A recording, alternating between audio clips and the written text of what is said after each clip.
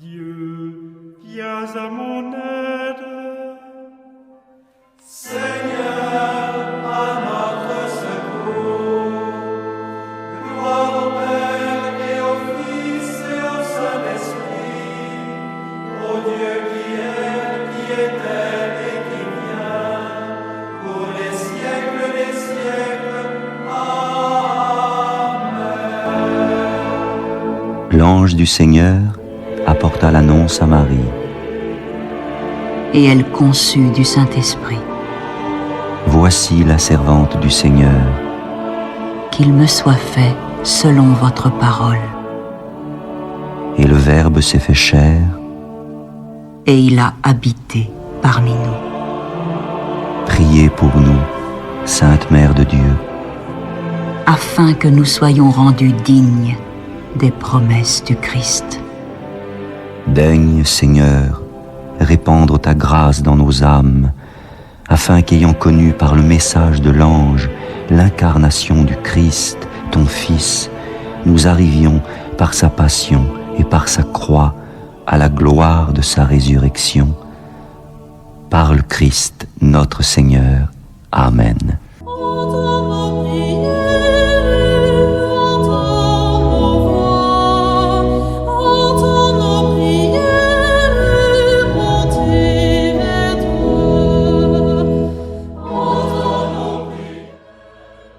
Seigneur, dans le silence de ce jour naissant, je viens te demander la paix, la sagesse, la force.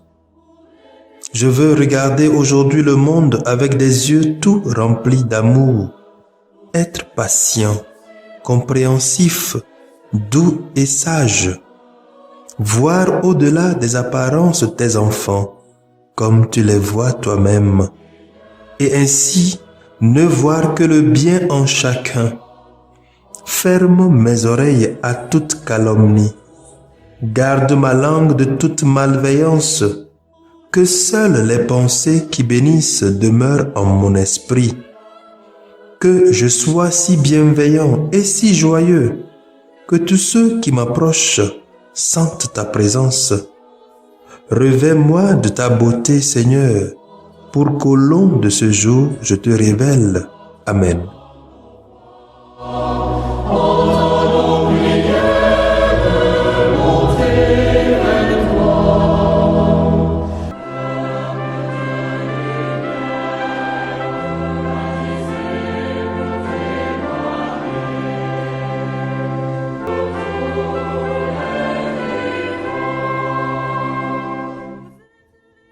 Écoutons les textes de ce samedi 16 janvier de la première semaine du temps ordinaire année B, lu par la sœur Irène Agboja NDA et le diacre Mathias Etienne SMA, commenté par le père Charles-André Edorf SMA.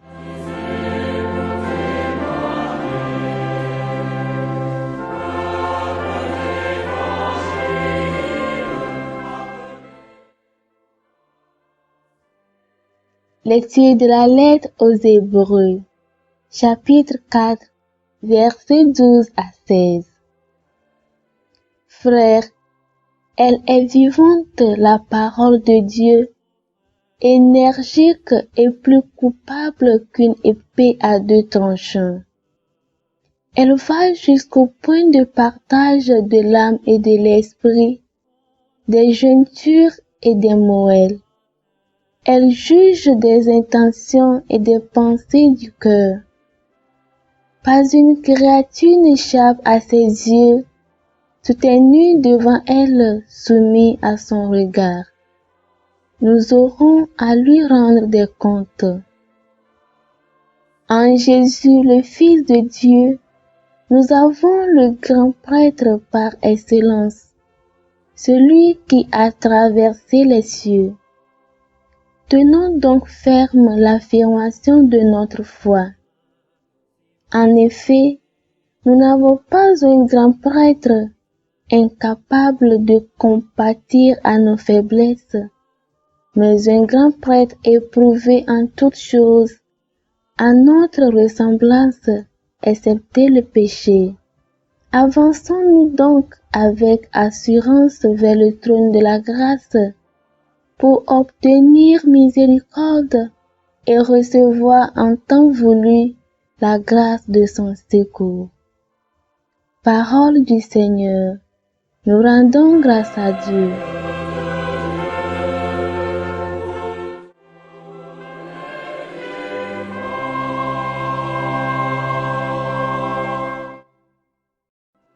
Répétez après moi le refrain du psaume 18. Tes paroles, Seigneur, sont esprit et elles sont vie. La loi du Seigneur est parfaite qui redonne vie. La charte du Seigneur est sûre qui rend sages les simples. Tes paroles, Seigneur, sont esprit et elles sont vie. Les préceptes du Seigneur sont droits, ils réjouissent le cœur. Le commandement du Seigneur est limpide, il clarifie le regard. Tes paroles, Seigneur, sont esprit et elles sont vie. La crainte qu'il inspire est pure, elle est là pour toujours. Les décisions du Seigneur sont justes et vraiment équitables. Tes paroles, Seigneur, sont esprit et elles sont vie. Accueille les paroles de ma bouche, le murmure de mon cœur. Qu'ils parviennent devant toi, Seigneur, mon rocher, mon défenseur. Tes paroles, Seigneur, sont esprit et elles sont vie.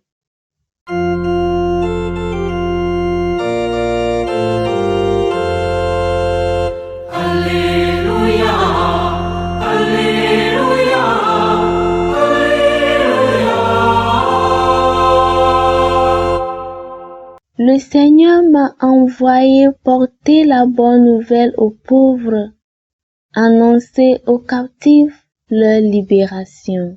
Alléluia, Alléluia, Alléluia.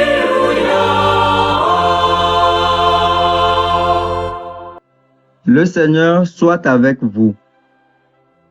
Évangile de Jésus-Christ selon saint Marc, chapitre 2, versets 13 à 17.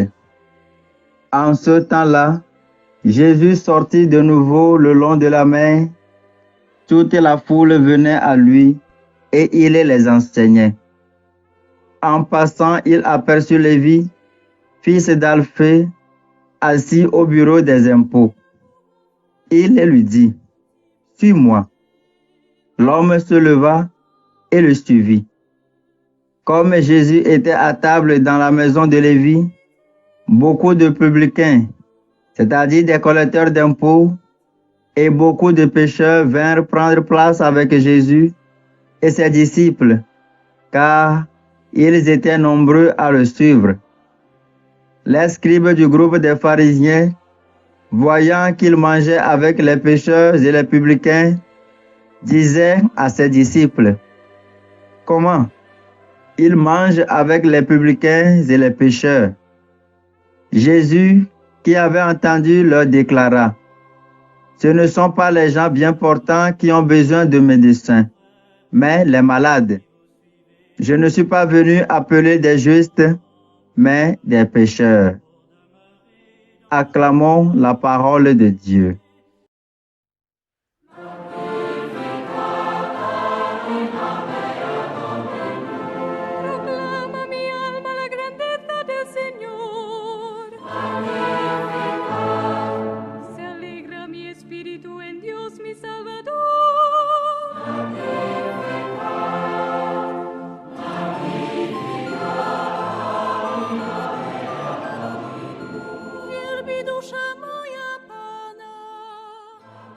L'épisode de l'Évangile aujourd'hui, racontant l'appel de Matthieu en tant qu'apôtre de Jésus, nous rappelle l'amour et la miséricorde de Dieu pour les pécheurs et nous invite à pratiquer ce même amour et cette même miséricorde dans nos relations avec les autres.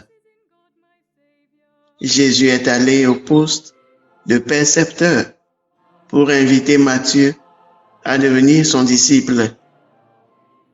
Puisque les percepteurs d'impôts travaillaient pour une puissance étrangère et essorquaient plus d'argent fiscal au peuple que la région ne devait, ils étaient haïs et méprisés comme traîtres par le peuple juif et considérés comme des pécheurs publics par les pharisiens. Jésus pouvait voir en Matthieu une personne qui avait besoin de l'amour et de la grâce divine.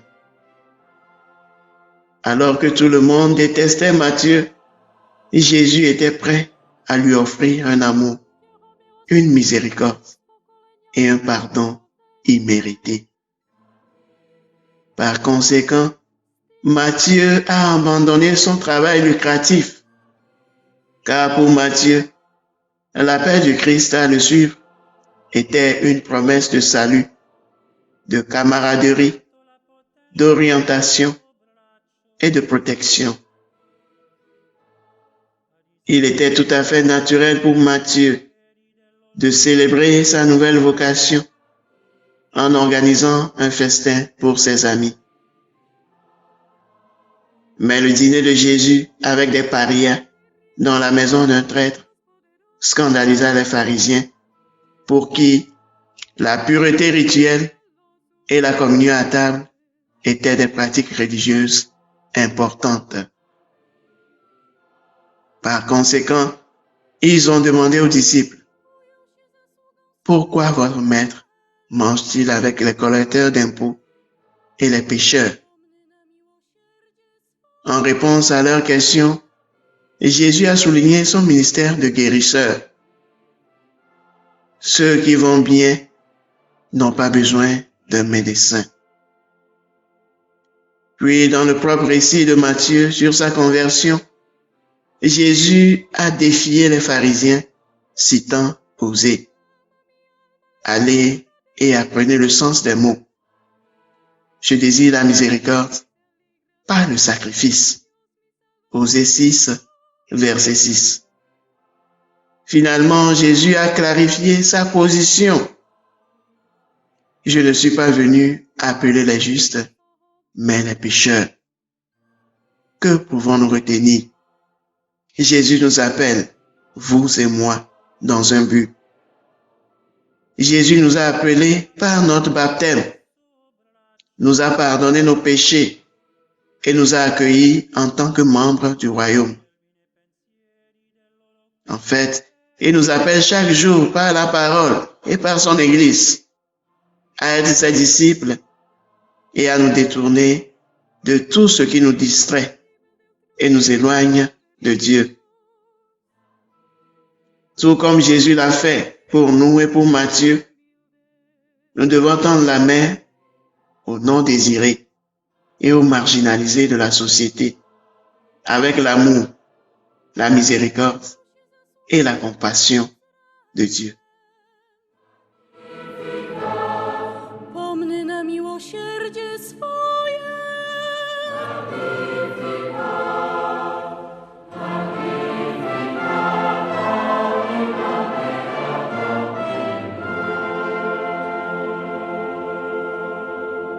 Le Seigneur soit avec vous. Et avec votre esprit. Que Dieu Tout-Puissant vous bénisse, le Père, le Fils et le Saint-Esprit. Amen.